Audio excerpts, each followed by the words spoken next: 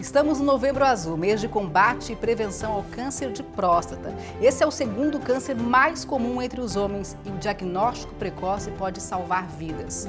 No programa Nossa Saúde de hoje, vamos falar sobre a doença, sintomas, tratamentos e como prevenir o câncer de próstata. Tudo isso e muito mais a partir de agora.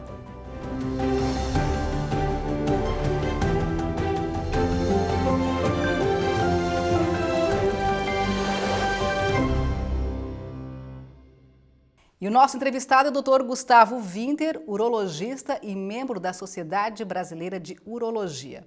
Doutor, muito bem-vindo aqui ao Nossa Saúde.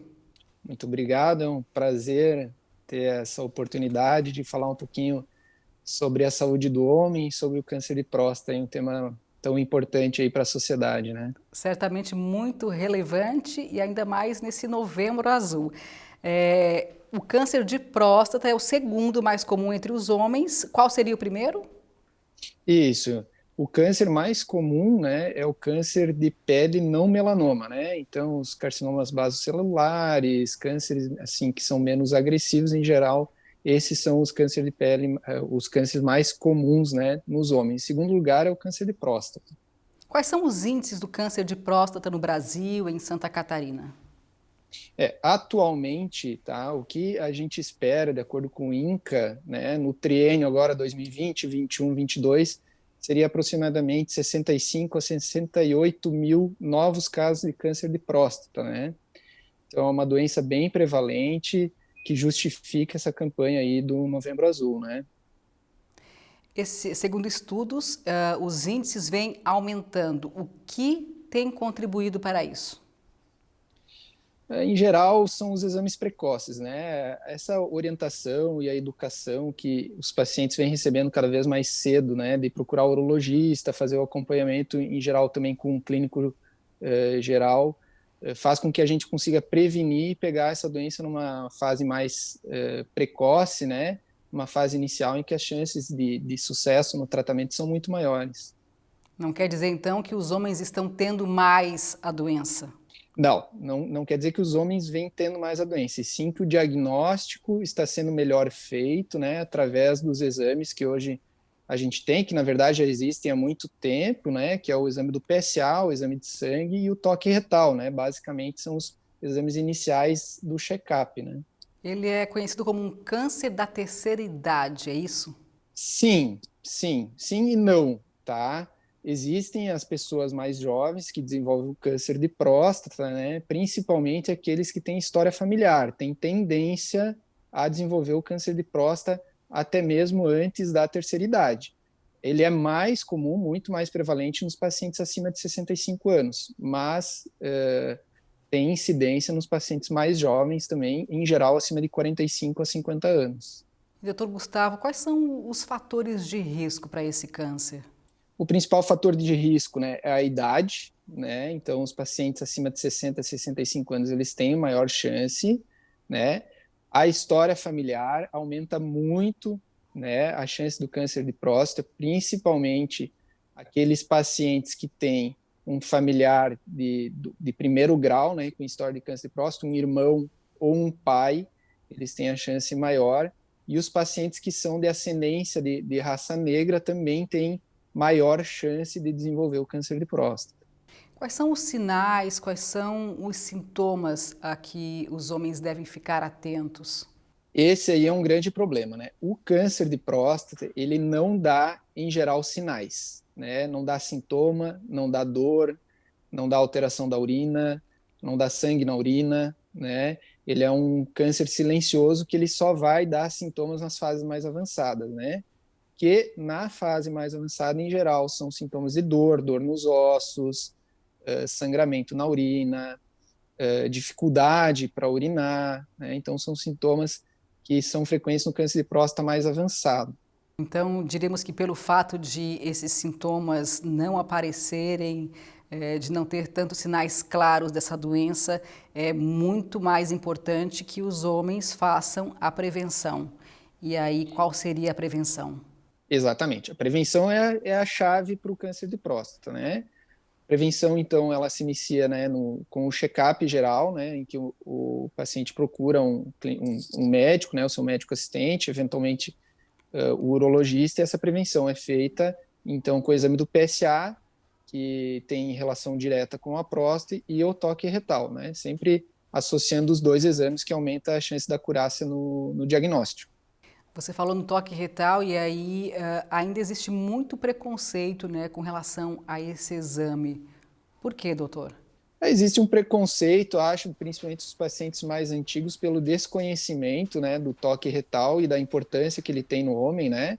Muitos pacientes acabam achando que um toque retal vai de certa forma, alterar a sua masculinidade, vai tornar ele menos homem por causa disso, mas muito pelo contrário, é um exame indolor, né? É um exame rápido e um exame que dá muita informação para o urologista que está realizando o toque, né? E através do toque, a gente consegue identificar o tamanho da próstata, a consistência, se tem algum nódulo suspeito, né, o que direciona a gente para exames complementares que possam diagnosticar ou excluir a possibilidade de um câncer de próstata. Um exame, então, que é fundamental, simples e rápido, como o senhor disse, e que deve ser desmistificado, né, essa questão de, meu Deus, vai me tirar a masculinidade, né? Isso tem mudado, a gente percebe no consultório que a cada ano que passa, os pacientes que vão entrando nessa faixa de risco e que realizam esse exame, a cada ano que passa, existe menos preconceito e maior entendimento sobre o que é doença e a importância da prevenção. Isso, na sociedade em geral, vem mudando pelas campanhas que são feitas, né, não só do Novembro Azul, né, a gente tem outras diversas campanhas com relação a câncer de colo retal, o câncer de mama, né, que é o Outubro Rosa, todas essas campanhas que são realizadas para doenças que têm cura, ser diagnosticadas precocemente, fazem com que a sociedade tenha um melhor entendimento e busque o atendimento para prevenção, né, e poder eventualmente se tratar e curar das doenças que possam vir a aparecer. Você tem percebido isso no seu consultório, essa maior procura por pacientes cada vez mais jovens? Sim, é muito frequente, às vezes até pacientes que não precisariam fazer, eles buscam já mais cedo fazer os exames e estar sempre atento para, numa eventualidade, conseguir tratar e se curar dessa doença, né? Vamos só dar uma explicada para as pessoas, então, o que é a próstata, né, e qual é a função dela? Então, a próstata, ela é um órgão que faz parte do sistema sexual, né, do aparelho sexual do homem. É uma estrutura que fica à frente da bexiga, né, e que ali é produzido um líquido, né, que é utilizado, esse líquido é formado para que consiga auxiliar os espermatozoides a terem um ambiente adequado para que eventualmente fertilizem depois uma mulher, né? Então ele faz parte do sistema, a próstata faz parte do sistema sexual e produz um líquido, né, prostático que faz, vamos dizer, esse cuidado aí dos espermatozoides. Um homem acometido pelo câncer de próstata, ele pode ficar com que tipo de sequela? Depende, né? O homem, numa fase avançada do câncer de próstata, ele pode ficar com sequelas bem graves, né? Com prostração, dificuldade para as atividades diárias, né? A doença avançada, ela comete ossos, pode dar fraturas espontâneas, né? Numa idade avançada, acometimento dos rins, né? Em que o paciente pode ter dificuldade de urinar, enfim. As sequelas do câncer, elas são diversas, né? Tanto do câncer quanto eventuais tratamentos que possam ser oferecidos, mas tudo isso é sempre colocado para o paciente ter esse entendimento e fazer a escolha que ele queira, né? Qual é o índice de letalidade dessa doença? Então, o índice de letalidade é relativamente alto, né? Ela é uma doença bem comum, né? E no Brasil, a gente estima que aproximadamente 42 pessoas morram por dia por essa doença, né? Então, é muita gente aí que acaba sofrendo aí, no geral, no ano, em torno de 15 mil óbitos no Brasil, É um né? número bastante alto. Bastante alto. Qual o impacto da pandemia, né, no trabalho de vocês? A pandemia, em geral, acabou por causar um certo medo nos pacientes de procurarem atendimento e seguir seus acompanhamentos com os médicos nas diversas áreas, não só na urologia, né, da parte de próstata, como nas diversas outras doenças. O que a gente tem percebido é que muitas vezes os pacientes eles chegam numa fase um pouquinho mais avançada das doenças, né, com, por exemplo, infecções mais graves, ou numa doença mais avançada em que talvez ele tenha eventualmente perdido tempo ideal para o tratamento e se curar da doença, né? Isso pode causar sequelas do ponto de vista até mesmo de custos, né, de tratamento da doença, quanto para o próprio paciente de sequelas que ele vai levar para o resto da sua vida. Aí a importância de manter a rotina, de manter um cuidado, um autocuidado, mesmo durante a pandemia, não deixar isso ser adiado, né, doutor? Sim, é importante, né? A gente tem seguido vários protocolos para fazer atendimento dos pacientes, né? Então, todos os cuidados, eles são tomados, né? E é importante que o paciente siga, sim, esse cuidado e essa prevenção, né? No início da pandemia, os pacientes realmente eles fugiram dos consultórios em geral, de todos os médicos. Atualmente, as coisas já estão caminhando praticamente normais, né? Até porque os pacientes eles têm um entendimento de que não dá para esperar mais, né? Já se passaram aí praticamente 8 meses desde que a gente começou com a pandemia no Brasil e os pacientes já estão com esse entendimento de que não dá para esperar, né? A gente vê aí médicos, os profissionais de saúde de forma geral, tendo o maior cuidado, né, seguindo protocolos rígidos para realmente garantir a saúde das pessoas que, porventura, precisem de um atendimento médico. Todos os protocolos realmente estão sendo levados em consideração, né, doutor? Sim, com certeza, né? O uso de máscara, os profissionais de saúde usando máscaras cirúrgicas, né, que protegem mais, o uso de álcool em gel, disponibilização de álcool em gel e higienização das clínicas com frequência, né, para que a gente tente, de certa forma, conter essa pandemia, né? A gente vê aí que as mulheres, por exemplo, né, pelo menos uma vez por ano, elas procuram um ginecologista, fazem os exames de rotina, tem isso como um hábito, isso desde cedo, né? A mulher desde cedo faz isso. A gente vê que, com relação aos homens, é mais complicado. O que seria o ideal? Seria também o homem procurar um urologista ou um clínico geral, seu médico de confiança, uma vez ao ano, fazer os exames de rotina? Qual a orientação?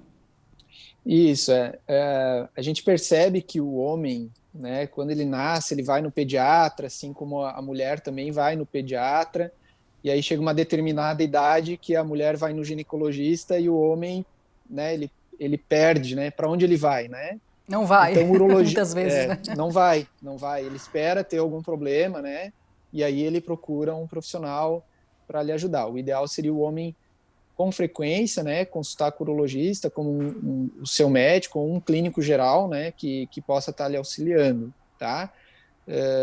Não existe, assim, uma idade, né, que a gente diz, não, a partir dessa idade o homem deve procurar um urologista, né? Com relação ao câncer de próstata, sim, né? A gente tem uma idade onde, pela Sociedade Brasileira de Urologia e sociedades internacionais, o homem deve seguir um protocolo de acompanhamento e exames de rotina, mas a partir da adolescência não existe, assim, uma rotina habitual, mas é interessante que o adolescente, o adulto jovem, procure um médico capacitado, um urologista, um clínico geral, ou tenha algum médico de confiança para que ele faça acompanhamento da sua saúde como um todo, né?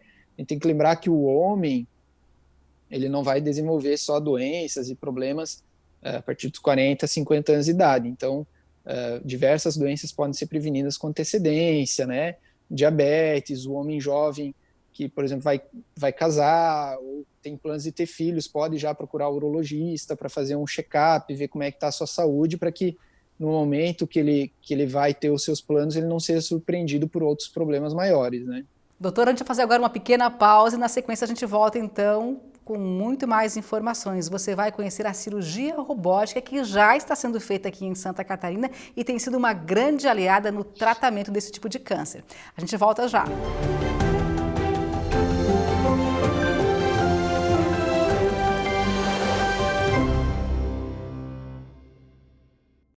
Estamos de volta com o Nossa Saúde. A gente segue aqui com o nosso bate-papo com o Dr. Gustavo Winter.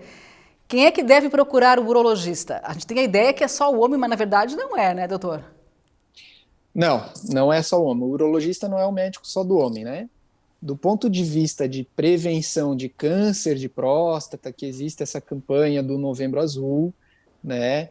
Quem deve procurar o urologista para fazer prevenção no câncer de próstata é aquele paciente que tem acima de 50 anos, né, e não tem fatores de risco.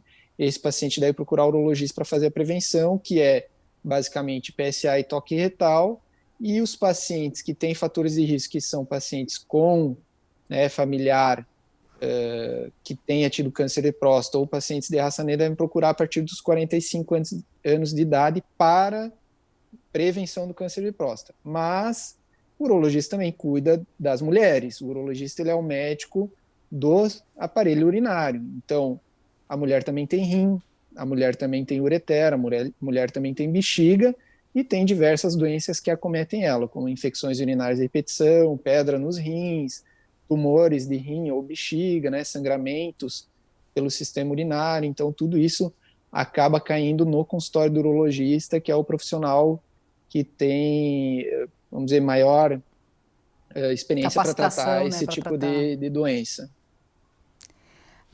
Ainda falando sobre o câncer de próstata, quais são os tratamentos hoje mais modernos para combater o câncer?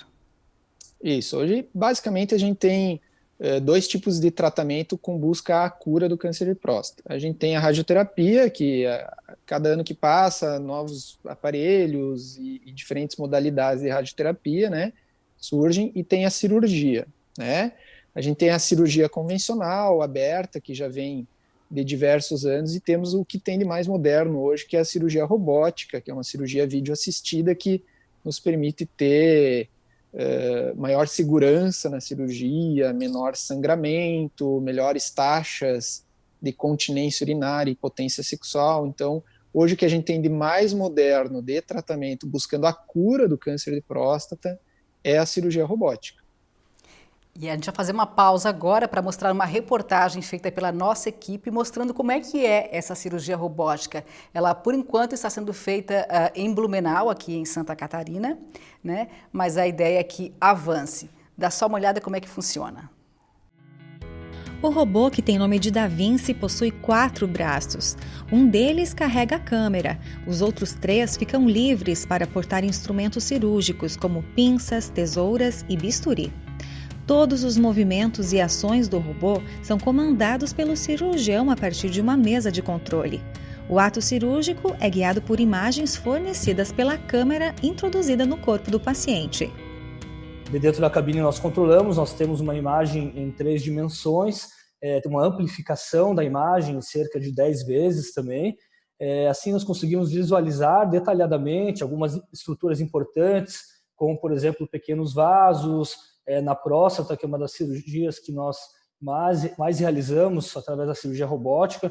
Nós conseguimos ver detalhadamente alguns feixes vasculonervosos que são responsáveis tanto pela ereção quanto para a continência urinária. A imagem do robô realizando a cirurgia impressiona, mas o médico destaca que a máquina não substitui o cirurgião. É um trabalho em equipe. Quem faz a cirurgia é o médico, é o cirurgião. O cirurgião tem que ter um treinamento para isso. Então, eu sempre faço uma analogia aos pilotos de avião. O piloto de avião, primeiro, ele tem que participar de algumas viagens, então nós temos que participar de algumas cirurgias, ver muitas cirurgias, ver cirurgias por vídeo, temos que fazer simulação, o piloto de avião também faz simulação, temos que cumprir muitas horas de simulação e temos que cumprir números de casos também para criar uma habilidade para essa cirurgia. Por ser menos invasiva, a cirurgia também possibilita inúmeras vantagens ao paciente. O paciente, por ter incisões pequenas, possibilita um pós-operatório com menos dor, menores complicações, um sangramento também reduzido, uma alta precoce do hospital e um retorno mais rápido às suas atividades. O robô chegou ao Brasil em 2008. São Paulo foi o primeiro estado a usar a tecnologia. A região sul possui 7 robôs. Doutora, a gente viu aí na reportagem, então, a cirurgia robótica, por enquanto, né, aqui em Santa Catarina, só está sendo realizada lá em Blumenau e realmente ela é uma aliada de peso no tratamento do câncer de próstata? Com certeza, com certeza. Ela veio para ficar e ela vai chegar também nas demais cidades, nos grandes centros, ela vai chegar e vai chegar com força, né, porque o que a gente busca, né, sempre é oferecer o melhor, né, e atualmente a cirurgia robótica tem mostrado no mundo inteiro, né, que é o que tem de melhor para oferecer com vista ao tratamento cirúrgico do câncer de próstata. Tecnologia avançada, tecnologia de ponta, porém ainda é bastante cara e inacessível para a maior parte da população, por enquanto, né, a gente torce que daqui a um tempo isso se reverta, isso seja diferente.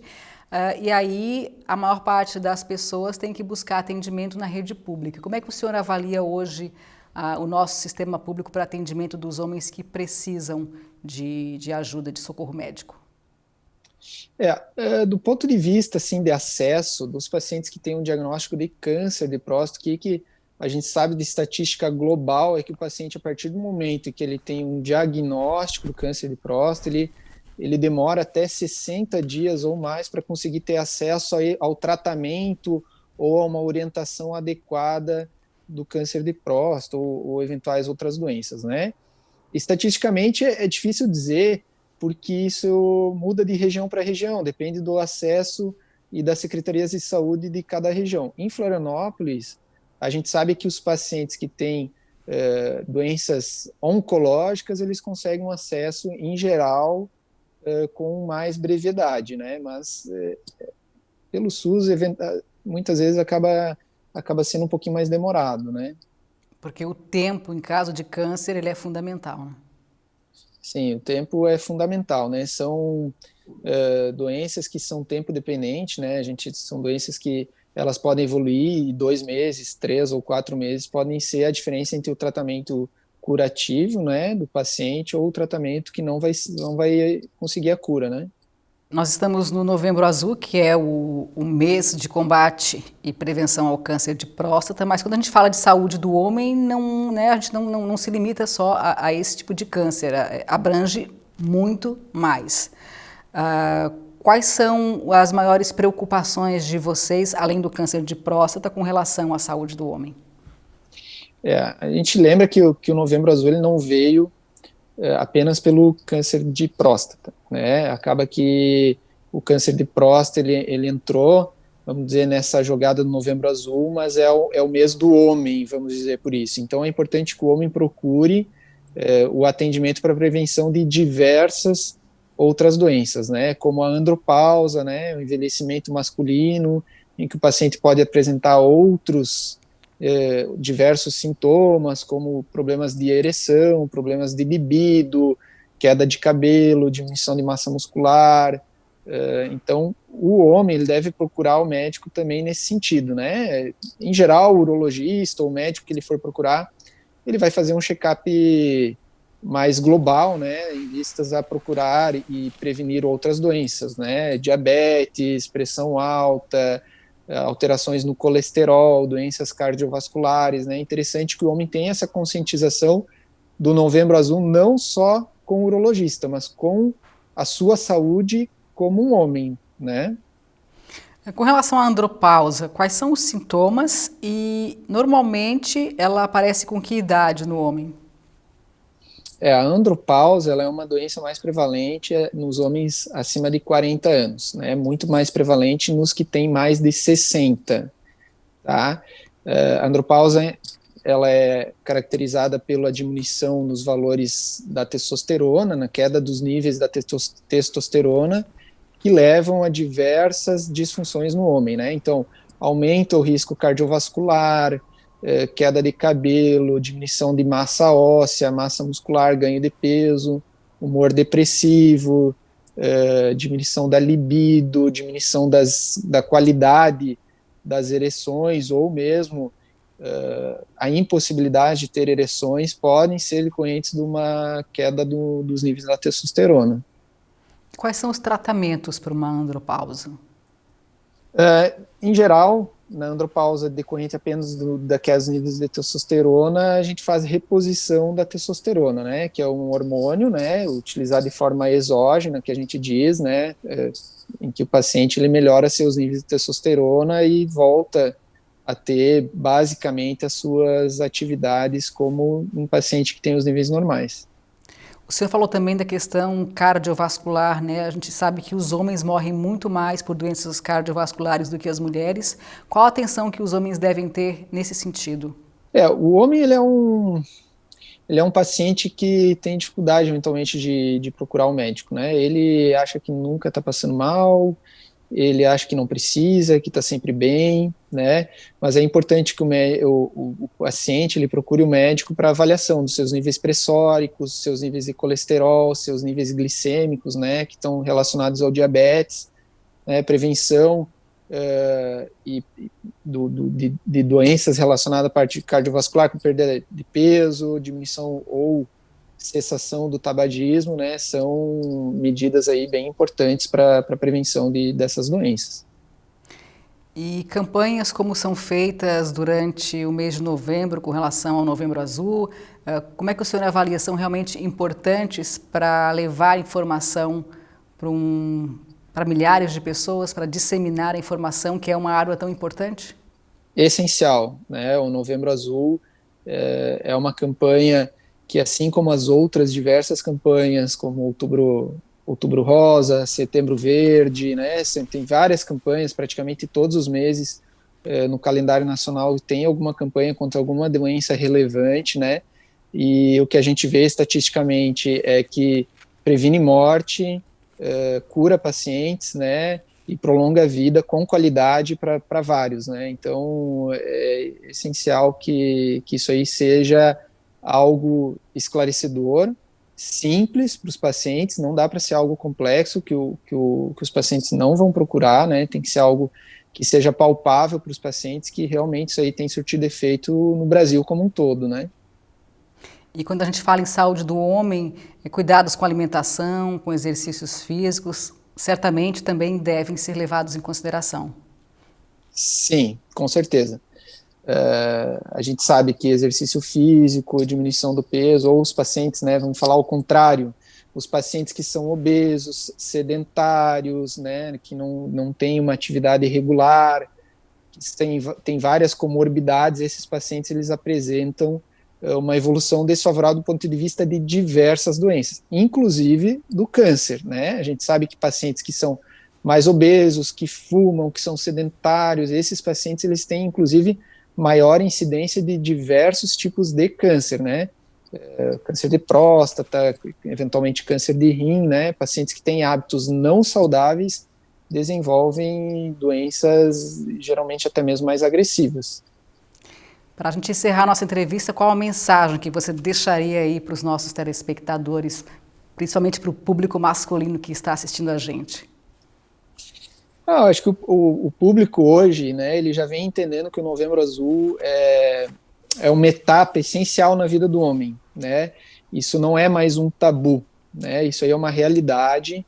Eu acho que a população cada vez mais está se conscientizando, entendendo o que é o câncer de próstata e a importância da sua prevenção e das diversas outras doenças, né? Que isso tem salvado vidas, né? E que eles se informem com o seu médico a respeito da melhor forma de prevenir as diversas doenças, que procurem o seu urologista para estar avaliando a questão da próstata e doenças do aparelho urinário, né, e que isso aí com certeza vai trazer benefício para o paciente, para a sua família, para a população em geral. Todos ganham.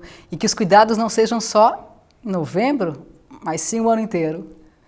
Isso, exatamente. Isso aí a gente já tem verificado com frequência, né, que obviamente que no novembro aumenta o volume de procura, mas os pacientes já têm procurado no ano inteiro, e isso aí é muito gratificante para o médico que está atuando, né?